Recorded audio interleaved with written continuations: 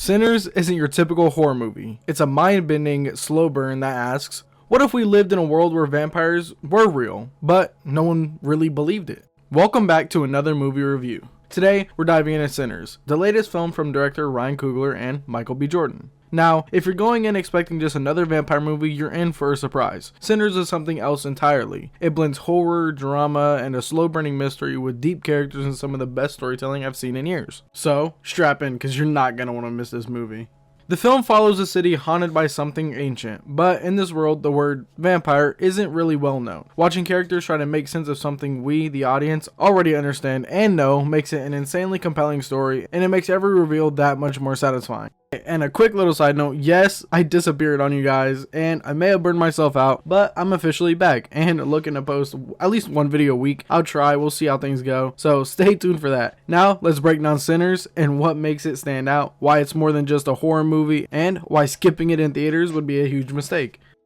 At its core, Sinners is about two brothers trying to outrun the past, but they don't realize that they're running straight into something far worse. After years of being away, they return to their Mississippi hometown hoping to rebuild, reset, but what they find waiting for them isn't just bad memories or broken relationships, it's something darker. Something that's been quietly feeding on the town in their absence. What makes the story so gripping is that the evil here isn't immediately obvious. There's no ancient book, no vampire hunter showing up to explain things. In this world, people don't even really know what the word vampire means. The lack of understanding makes the descent into horror feel disturbingly real. You're watching the characters try to piece something together you already suspect, and that dramatic irony is where the tension lives. The film builds slowly but intentionally. You feel the weight of the town, of the trauma, and of something sinister that doesn't just hide in the shadows. It blends in with the pain that was already there. And that's what makes Sinners stand out. It's not about monsters jumping out of the closet, it's about the kind of evil that feels plausible even when it is supernatural. Now, let's dive into what really makes Sinners, well, Sinners. Whether it's the performances or the way everything just clicks together, let's talk about my likes and my dislikes.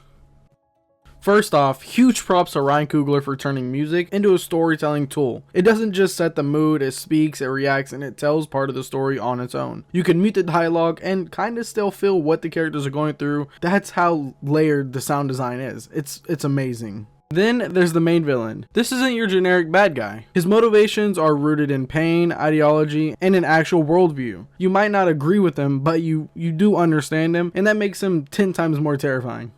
Also, let's talk about Miles Caton. You never heard of him? Well, you have now. This is his first ever performance, and he absolutely smashes it in the best way possible. You would think he's been doing this for years, but he hasn't. His scenes add weight, heart, and so much raw intensity, and it really does show, especially in the juke joint. And honestly, for me, one of the standout parts of this movie is how they deal with the vampires. This world has never really heard of vampires, and it makes watching everything unfold so fresh. You're not waiting for the cliche. You're watching people try and name and fight something they don't fully understand yet. Okay, if I had a nitpick, the movie starts off a bit slow, but that's intentional because it's a slow burn, especially in the first act. Although, some people might bounce early if they're expecting a fast-paced horror movie, but here's the thing. The performances are so good, you stay locked in, and the characters will pull you through until things heat up later on in the second and third act.